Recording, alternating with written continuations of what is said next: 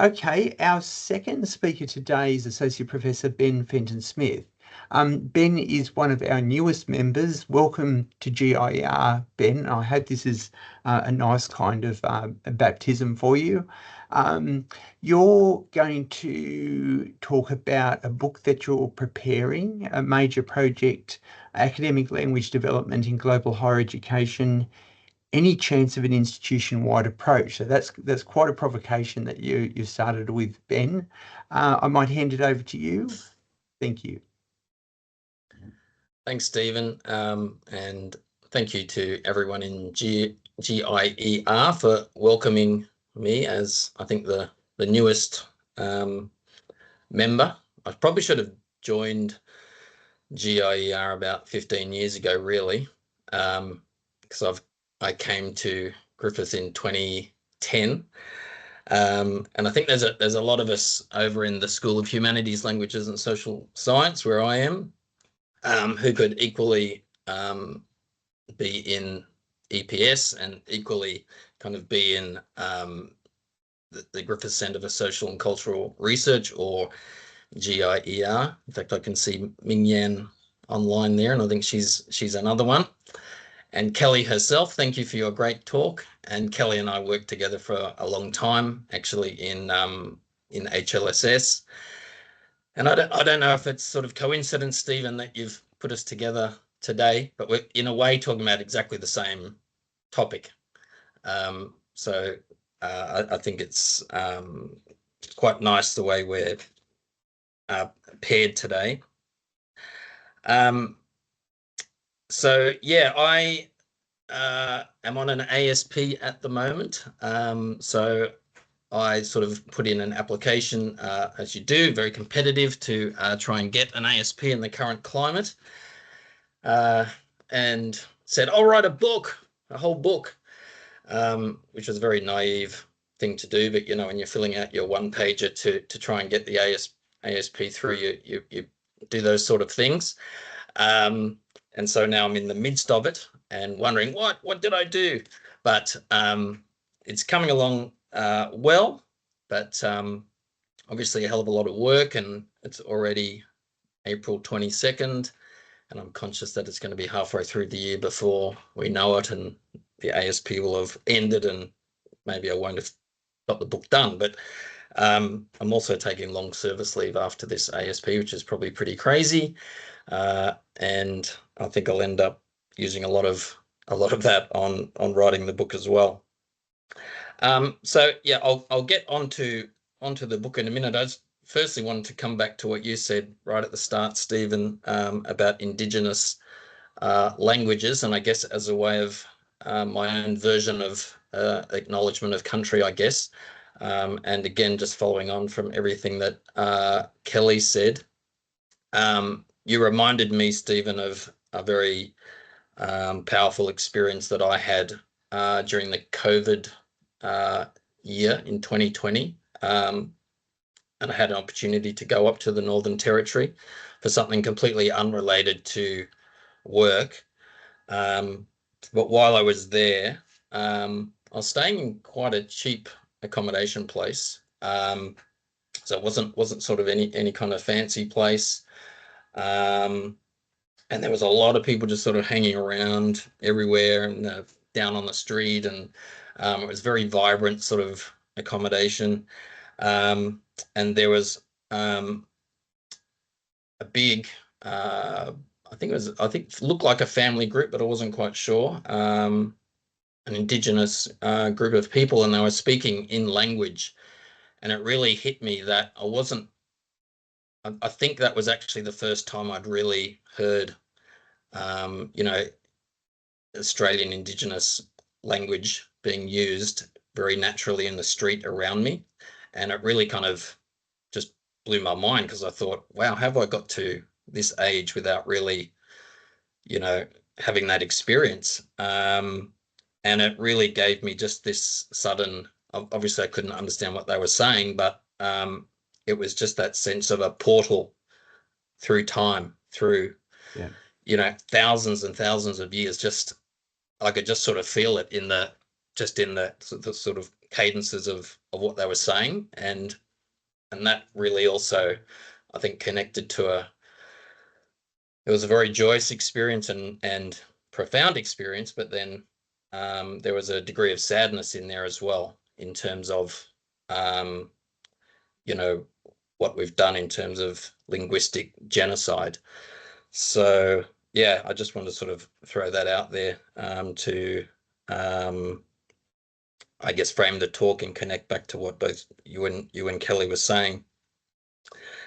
Anyway, I thought I'd also just mention a little bit about myself, a personal journey, being a new member of GIER, although I think I do more or less know everyone who's in the room. But I originally, say just, but I did an arts degree back in the 80s in Sydney, did English literature as my main thing. And I wasn't really thinking of language studies as my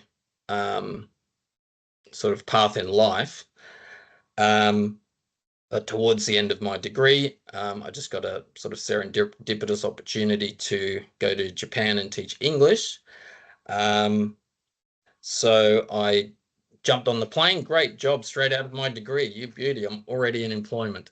And really enjoyed that work. So I was put into a small town in Japan to be in the junior high school system as their English teacher, but I have no real, teaching qualification like you all do.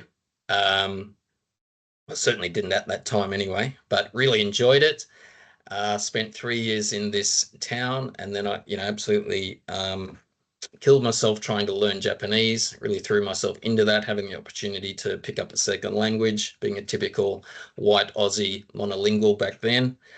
And I think what really struck me was, although I'd done an arts degree focusing on English, how little I really did know about English.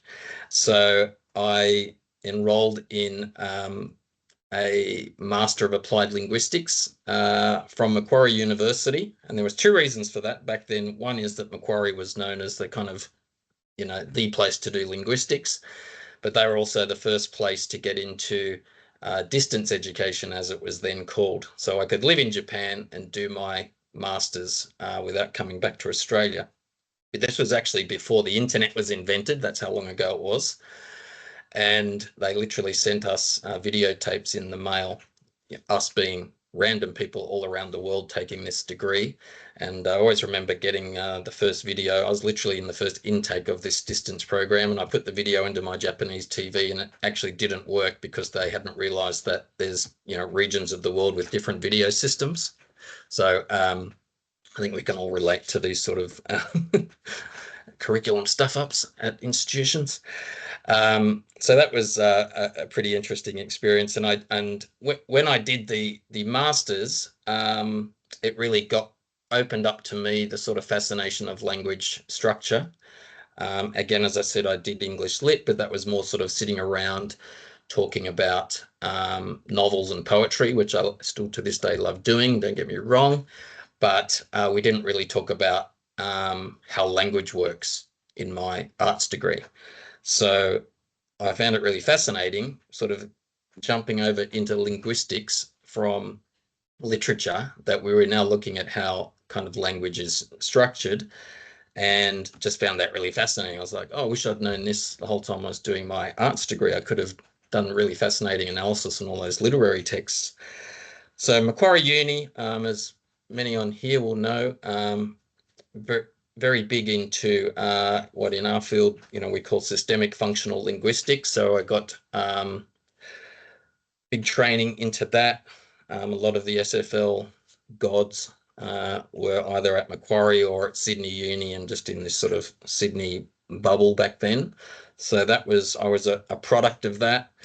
And from there, I kicked on to doing my PhD also at Macquarie, finding that I'm just enjoying this life of teaching English overseas and learning more and more about linguistics. Both my masters and my PhDs were were basically focused on political discourse. So I was really into that back then, and still am today, political slash policy analysis, shall we say. But because my work was, the jobs I tended to get was related to teaching English in different contexts, often my research would be driven by the institution and the institutional needs. So I was doing more and more research on issues related to, I mean, to put a very broad brush on it, but how we teach English in institutional contexts, I guess. And around about the year 2010, now this does all relate to the book, so I'm not on a huge tangent here. Around about the year 2010, on a personal level, my wife, who's Australian, not Japanese, but we had 2 young kids and we were loving our time in Japan, but we said, right, it's time to move back to Australia to bring our children up. So I just scattergun applied to every university job going in Australia in the linguistics world. And I got a job at Griffith, and I'd never even been to Brisbane or Gold Coast before I came here, and knew absolutely no one. But the reason that Griffith was employing at the time 3 linguists into the then School of Languages and Linguistics, which is now HLSS due to a merger, was that Griffith had decided, right, we are going to go from sort of 0 to 100 in terms of our reputation for what we do in this space of institution-wide academic language provision, which is sort of what Kelly was talking about as well. But the context of around that 2009-10 period was that there was a lot of media scrutiny on particularly what's happening with international students, and we still see this come up to this day, which in our field we often refer to as the deficit discourse, where you just sort of blame the students. Oh, their English is crap. Why are they even coming to university? This sort of attitude that actually you even hear from we, the lecturers, as not only people in the general public and the media, but that always puts the frighteners through governments start to develop their policy agendas based on wanting to be seen to be reacting to what they think the general public's worried about. So back then the government said, right, we're going to audit you universities if you don't put in better provisions for how you're dealing with academic English. So Griffith got a working party together, which was then called the English Language Working Party, and they came up with an institution-wide response.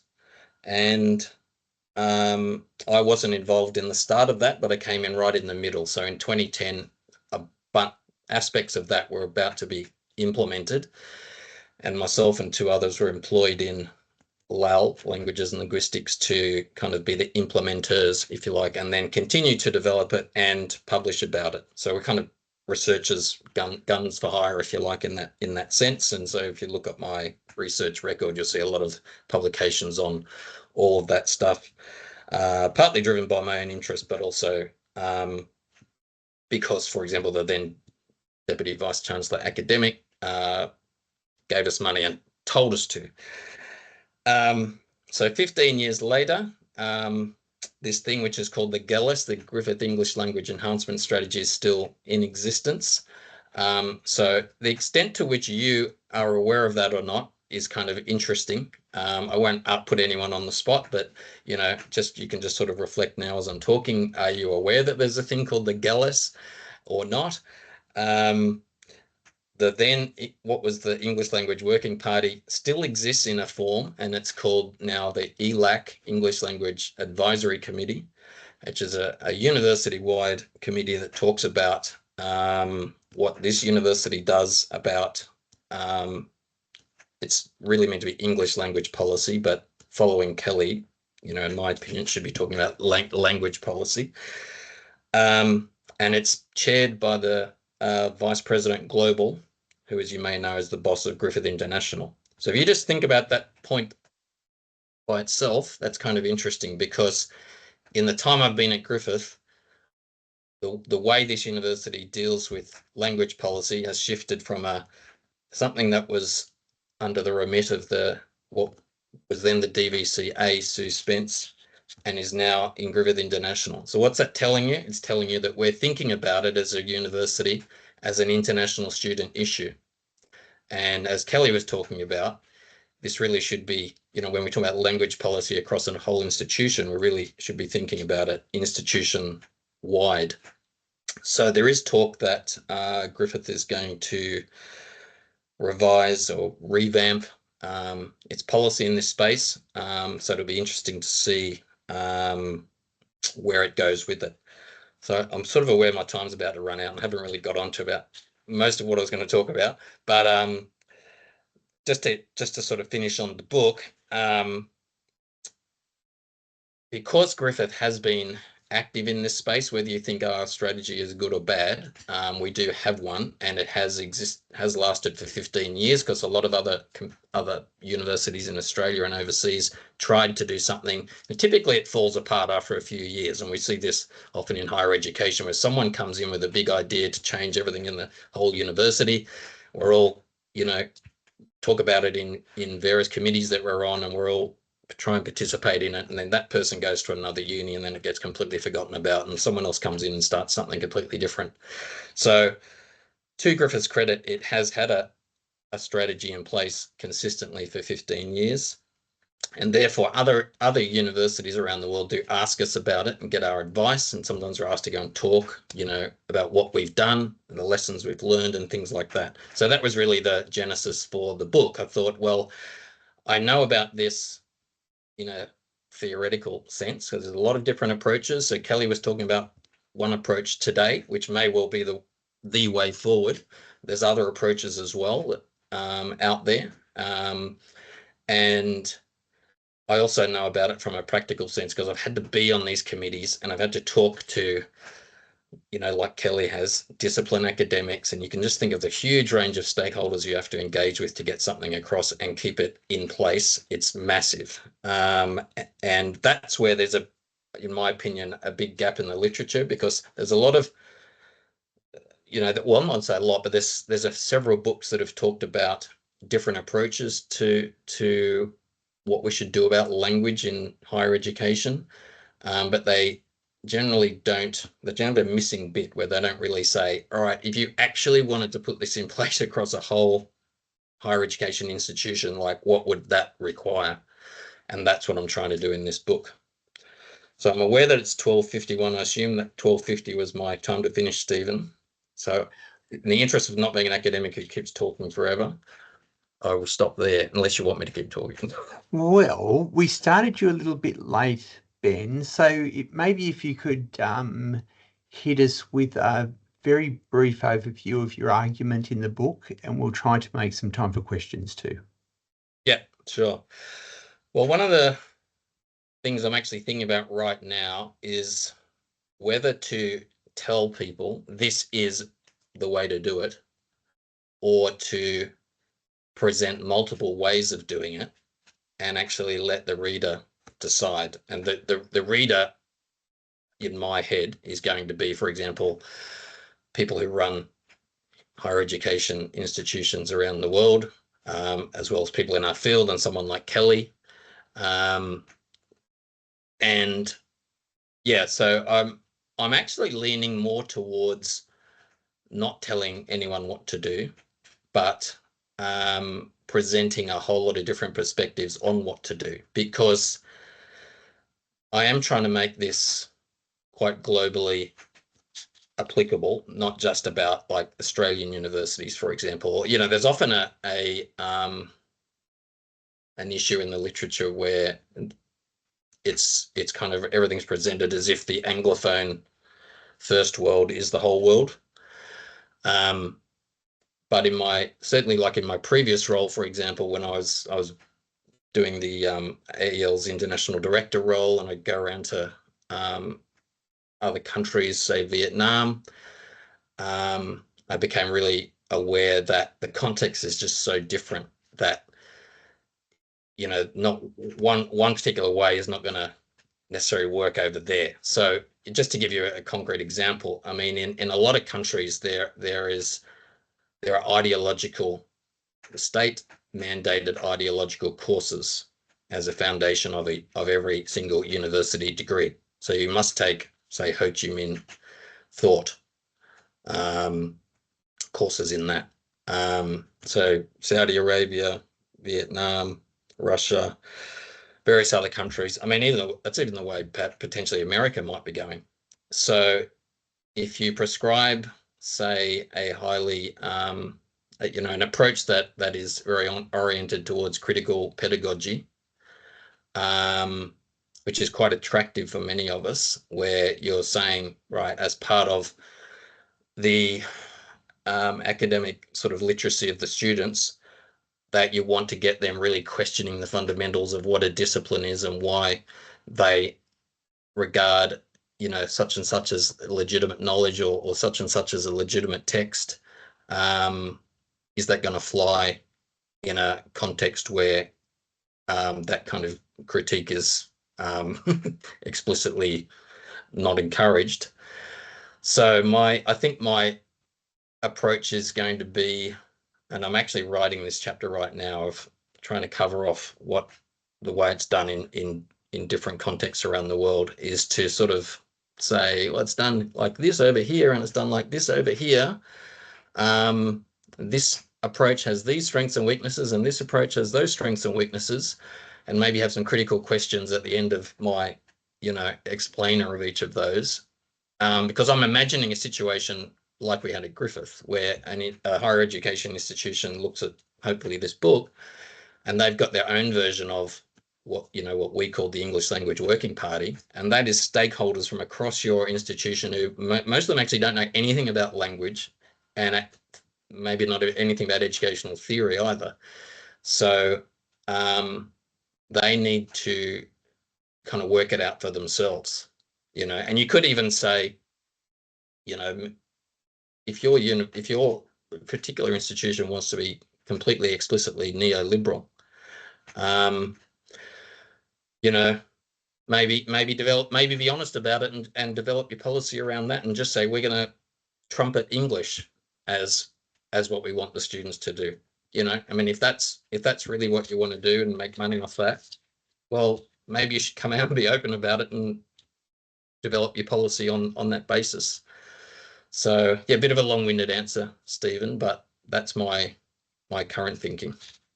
That's good, Ben. I feel like we've been privy to the unfolding of the argument of this book, so that's quite a unique insight. It is literally a work in progress, though. So yeah, fantastic. You'll have to ask me again in a year's time as to what it actually became.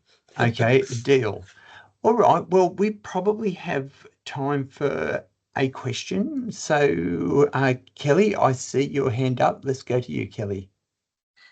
I feel like I just need to talk to you more, Ben, about your book. But anyway, I'll talk to you more about your book sometime. Yeah, I've got it. Yeah. No, but I'm just curious because something that comes up with what I do as well, is that many discipline-specific educators in higher education don't see their role as being teaching language, right? Teaching academic language, teaching anything about that. So is there a space in there or something, thinking about what, you know, reframing, I guess, the role of a higher education educator and thinking about that communication of whatever the discipline is, you know, within that? Or are you focusing on sort of the academic English as well? It's, if something's going to be institution wide, it's mainly about not what we do, but what the discipline instructors ultimately will do, because we're just, you know, that much of the institution being this big. So, you know, if, like, let's say Griffith decided it's going to revamp the Gallis and it's going to go with the Shoecraft approach and make itself really distinctive, and embrace everything you're talking about, which could be really interesting to do, then how is that going to roll out across the institution? Which is, I suppose, partly what Stephen's question after your talk was about. And you mentioned, embedding. So that could be getting the discipline in. Well, maybe there would be a Kelly Shoecraft embedded in each of the departments. Or are you going to do some kind of professional development and get them to, buy into it in that kind of way? But ultimately, it has to be delivered by them. It can't be delivered by us. So that's really one of the essential questions in this book, and that I think you deal with as well. And that's one of the conundrums. So basically, language is fundamental to everything a university does and what all of we do. We can't avoid that. Whether we so either an institution can just pretend that I shouldn't say problem, that the issue is not there, and we just go ahead and teach our stuff and somehow imagine that all the students are totally getting everything we're saying, which is just ignore and put it under the carpet approach, which is probably 95% of universities around the world, if not more. Or you say, yeah, I understand that, you can't really separate knowledge and language and disciplinarity, and embrace that and come up with how you're going to deal with it. But it has to ultimately be coming from, in my opinion, the discipline, the grassroots instructors on the ground. So easier said than done, which again is why they're probably, the book is a difficult thing to ultimately produce. And I'm sort of thinking, why did I say I was going to write a book about this? But I'm actually really enjoying the challenge, and it did naturally come from my own experience, because I did see that a lot of people write about the theories of all this stuff, and when you're actually in the midst of a university-wide committee and having to talk to all of these stakeholders, it's extremely tough, when most people don't understand the ins and outs of it, and let alone how it's going to be implemented. Well, thanks, Ben. That's all the time that we have for the presentation. Have really appreciated sort of getting that insight into the way that you're thinking about this huge question. Thanks to everyone for the chat, the questions there. I'll stop recording now.